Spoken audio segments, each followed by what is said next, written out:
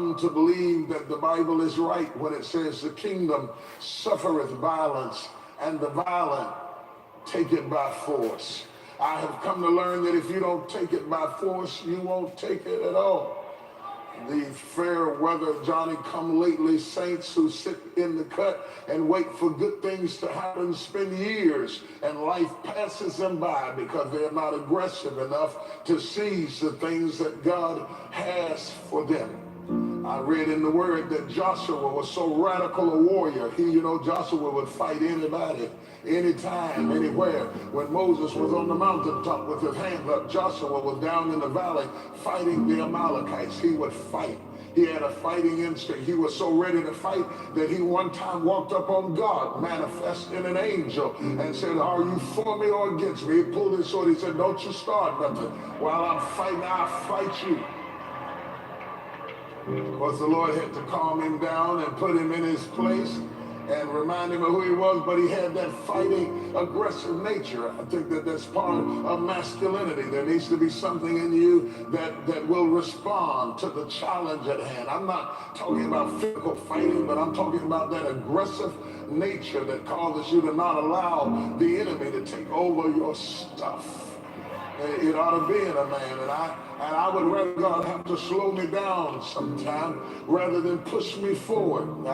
I see so many men today that you always have to push them and prop them up and put bricks up under them and point them in the right direction. And if you don't give them a back rub and a cup of coffee and a donut, they can't make it through the night shift. But we need some strong, tough men who... With Wix, you can create a professional website that looks stunning. Just go to Wix.com. The best part is, you can update it and keep it fresh whenever you want. I like changing up the background. It instantly gives my site a whole new look. I constantly add new photos. Here are some of my latest, which I love. have steel in their back. I'm tired of jelly-back, weak-kneed, broke wrist, limp-wristed, Johnny-come-lately passive men who will allow the enemy to come in and do anything. And frankly, I think the women are up against it sometime because the Bible said that they are to be a helpmeet.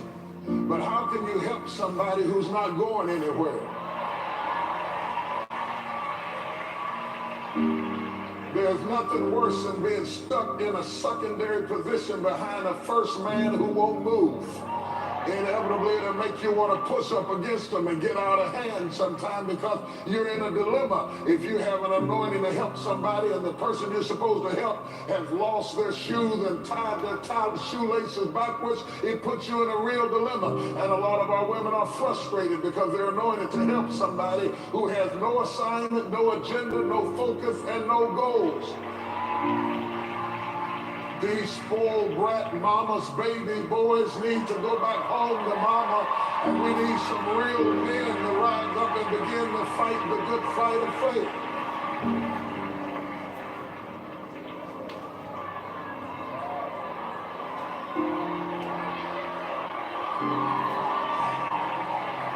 It's one thing to need encouragement, and it's another thing to need a diaper and a baby bottle. Can you hear what I'm saying?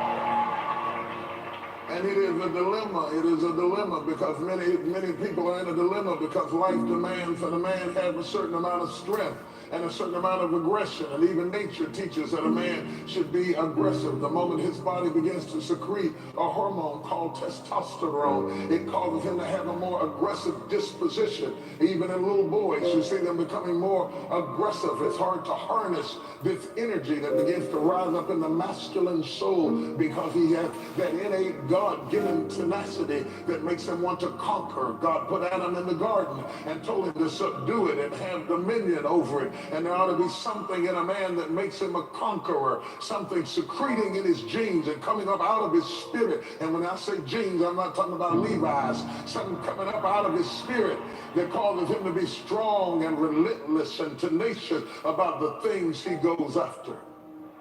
And yet many of us, our plans are aborted because they have been committed into the hands of passive, generic, easygoing men who are so sedate and so calm that they let anybody do anything at any time and stand up about nothing. These men have become so passive and so timid that they need to be healed. But I'll tell you something. You show me a passive, timid, intimidated, insecure man, and I'll show you a man that's been violated sexually, emotionally, or spiritually in some way of his life, because God created the man in the likeness and the image of God, and there ought to be something in a man somewhere that roars like a lion and not whimpers like a kitten. There ought to be something down inside of you that roars to fight the good fight of faith. It's going to be a rough one this morning.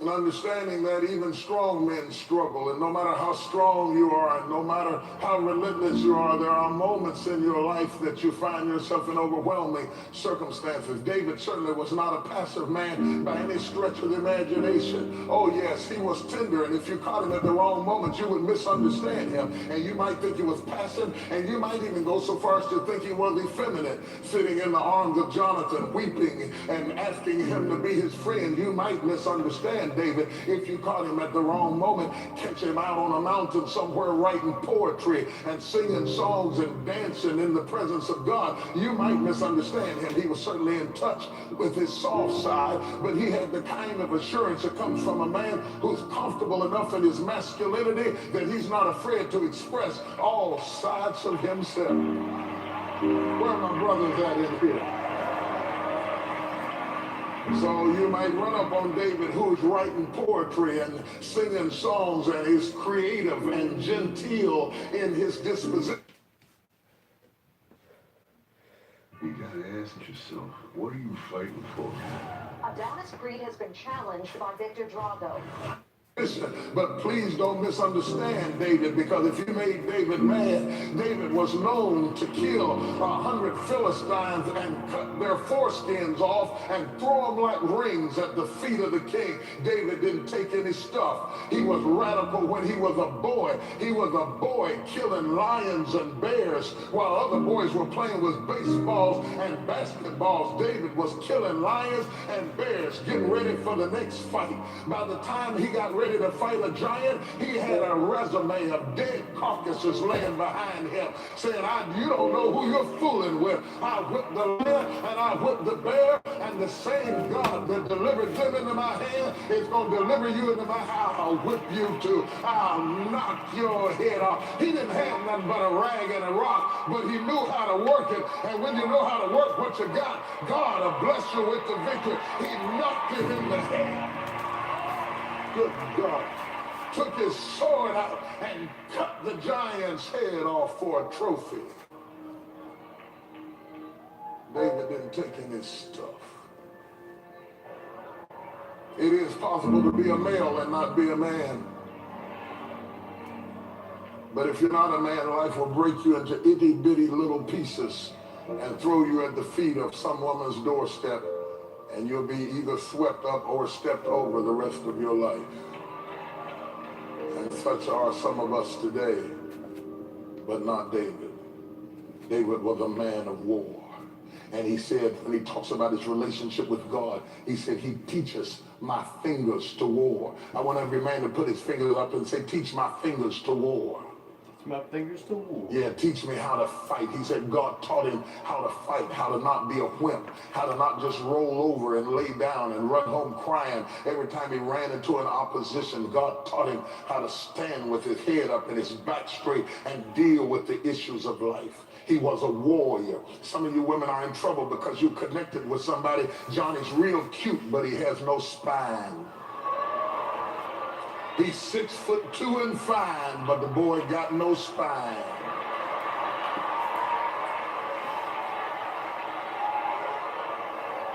"6'2" and fine is wonderful. That's all you need when you're 17. But when you're 37, fine don't mean a thing if you ain't got no spine.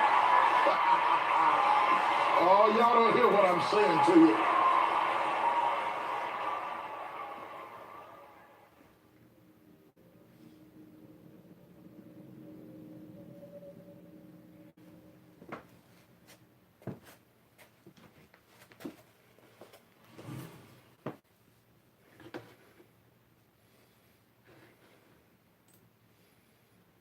what you got to do is this. You got to come to the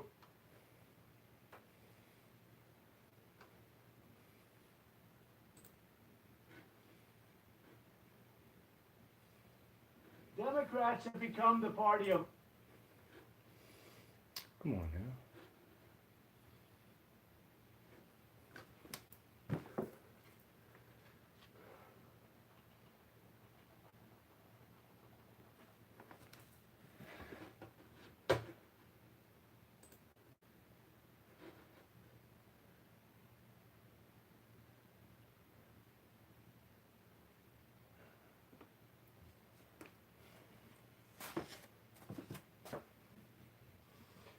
Commercials and nobody really wants to hear, so we'll turn them down and we'll stay clear.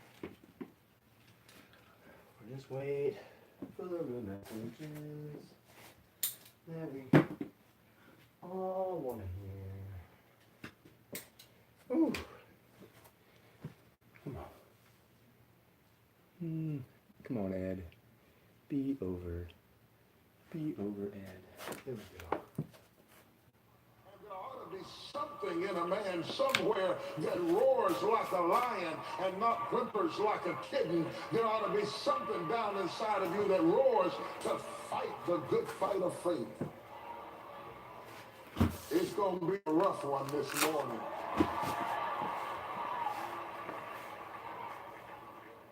And understanding that even strong men struggle, and no matter how strong you are, and no matter how relentless you are, there are moments in your life that you find yourself in overwhelming circumstances. David certainly was not a passive man by any stretch of the imagination. Oh yes, he was tender, and if you caught him at the wrong moment, you would misunderstand him, and you might think he was passive, and you might even go so far as to think he was effeminate, sitting in the arms of Jonathan, weeping and asking him to be his friend. You might misunderstand David if you caught him at the wrong moment, catch him out on a mountain somewhere writing poetry and singing songs and dancing in the presence of God. You might misunderstand him. He was certainly in touch with his soft side, but he had the kind of assurance that comes from a man who's comfortable enough in his master, is creative, and was known to kill 100 Philistines and cut their foreskins off and throw them like rings at the feet of the king.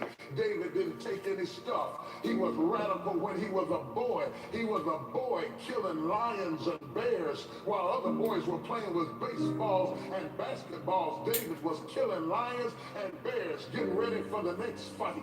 By the time he got ready to fight a giant, he had a resume of dead carcasses laying behind him, saying, you don't know who you're fooling with. I whipped the lion and I whipped the bear, and the same God that delivered them into my hand is going to deliver you into my house. I'll whip you too. I'll knock your head off. He didn't have nothing but a rag and a rock, but he knew how to work it. And when you know how to work what you got, God will bless you with the victory. He knocked him in the head.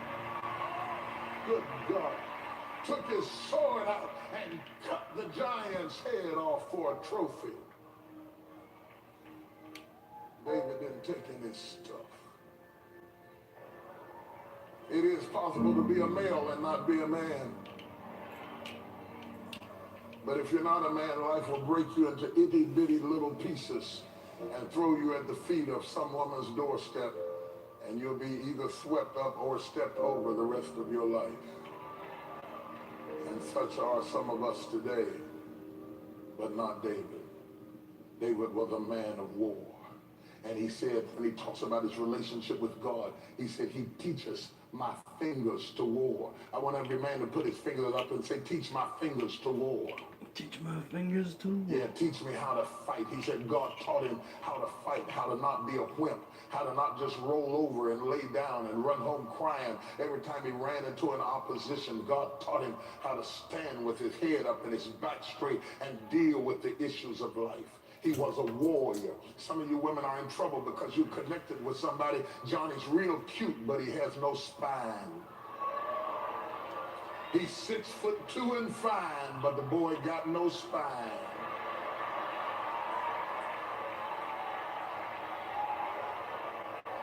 "6'2" and fine is wonderful. That's all you need when you're 17. But when you're 37, fine don't mean a thing if you ain't got no spine. Oh, y'all don't hear what I'm saying to you.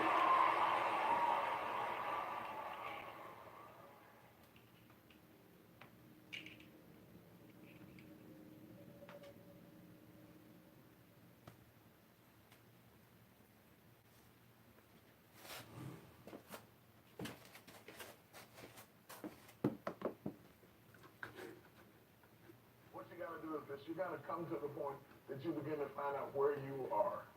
What's up with you? Ministry begins with you. With you. With you. One of the most difficult things to do in counseling couples, and I keep going back to that because it is a perfect area for a relationship. They always come out and tell you what's wrong with your companion. Always. I'm so glad I got her to come.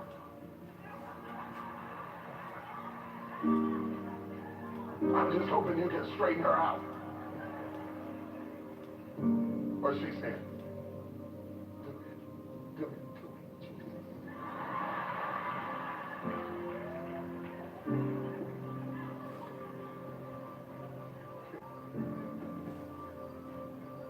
So the issue in self-analysis is to assume responsibility for where you are. I hope you're getting some of this down, and I'm not here for my help. I want you to know that you can never see anybody changed or delivered as long as they do not assume responsibility for their situation. It doesn't.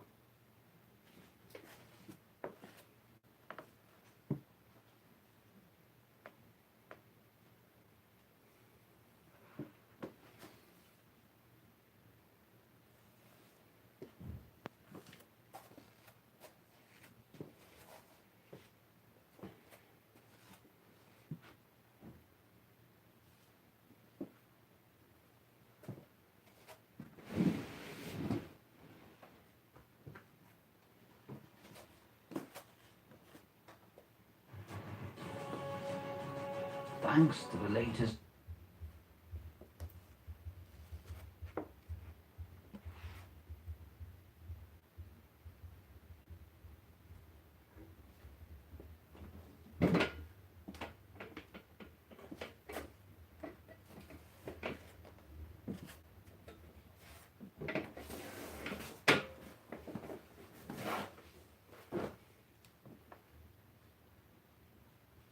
Not matter how you have been victimized. That has nothing to do with where you are. There are other people who have been victimized just like you and made it. Their success is an indictment against your failure. If one person made it out of it. But has society put us in a dilemma? Have they put us in a situation? Because they keep changing the game on what a good man is.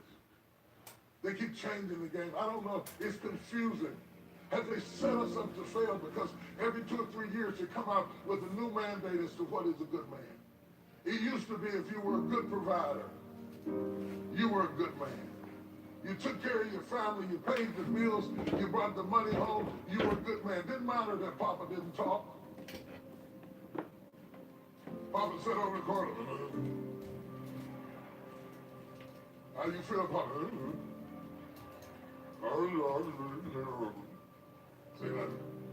You might get a I love you every 20 years in a critical situation. Maybe on the deathbed confession, they might break down and say some grunt love. You couldn't tell whether it was love or gas because it was just a grunt. But it didn't matter. He was a good man. And if you said anything about him, your mama would slap you. She said, don't say nothing about him. He's a good man. Because back then, women didn't let kids disrespect the husband.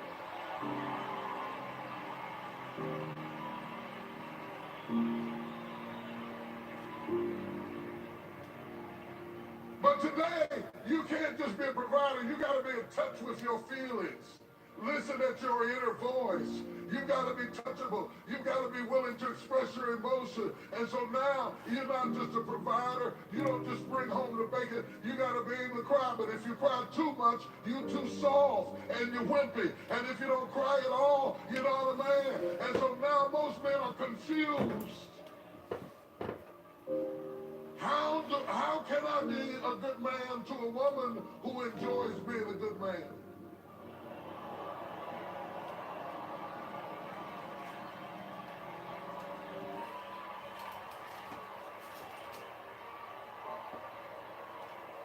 It's gonna get rough in here today, but we deserve a day too. I spent all my life being groomed to open the door for you and make sure you're okay. Call you, check on you, make sure that what you calling me for? You checking up on me? I can open up the door for myself. When you pride yourself on doing what I used to do, have you not worked me out of a job?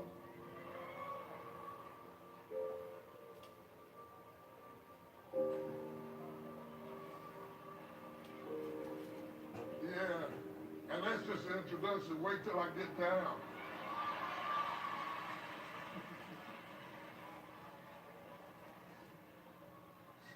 We still eating sushi. We ain't got to the entree yet. We just in the little flambe or something. We ain't got down to the real meal. Has society set us up to fail? In that now we don't know whether to buy the dishes or wash the dishes. Has society set us up to fail? Because you moved into the positions we used to have and we don't have a role to play, and yet we're commanded to be on the set. Why do you need us?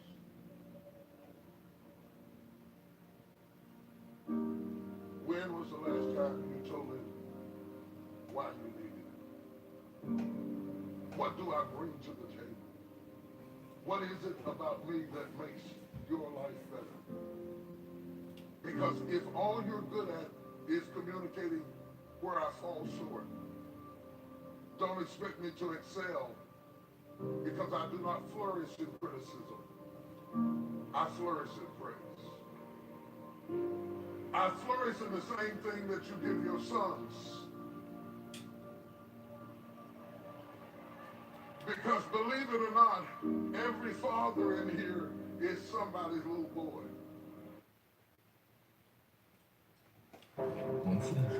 It's a wolf. The world is falling apart. Everybody on the floor now!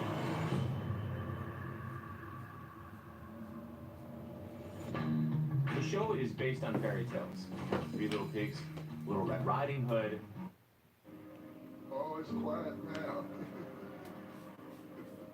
Let me go to the work and get you out of this. You didn't like my appetizer, maybe you like my entree.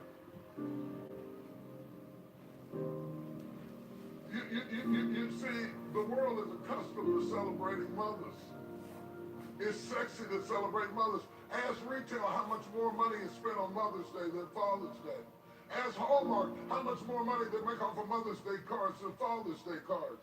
Isn't it funny? You made all the practices, you went to all the skirmishes, you went to all the games, and when the boy finally hits pro ball, he gets up and says, "Hi, Mom."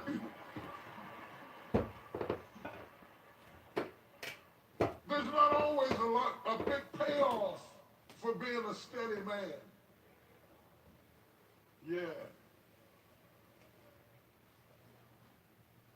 And the truth of the matter is, more and more, men of all colors are quitting, walking away. And the younger generation is mad, angry, upset because their fathers left, never even noticing you on your third go-round. It is easier to criticize somebody for leaving than it is for you to stay. And sometimes you're blaming your parents for things that are in you too. Oh, it's quiet. I never never knew my father. You left your wife. Your kids haven't seen you in 6 months to a year.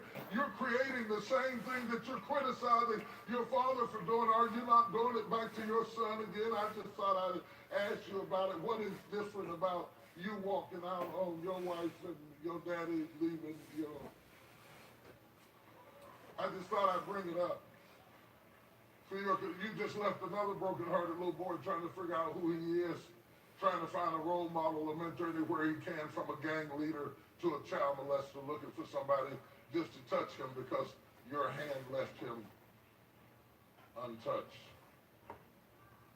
Daughters so fascinated by men they've never been with that they sleep with anyone just to see what a man was like. Or women who marry men but have never lived with a man because she didn't have a father, doesn't understand the signals and the nature and the characteristics of a man, and it's hard to be a good man to a woman who never had a man in her life at all. Because you have to live up to what she imagined. And just because you imagined it doesn't make it doable, doesn't make it right, doesn't make it believable. I wish you would have imagined a flawed man, a broken man, a man that gets tired, a man that gets scared sometimes, a man that's worried and still fighting and swinging and pushing. I wish you had not imagined Superman for a husband. I wish you would have imagined Clark Kent, because Clark Kent might be more achievable. I have my Superman moments, but alas, I have my kryptonite too.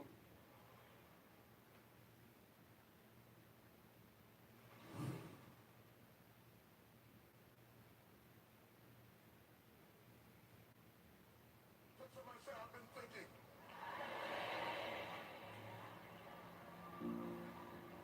Suddenly I begin to realize that the enemy cannot use my car. He doesn't need my car. He doesn't need my car. But if he's fooling with my car, wait a minute,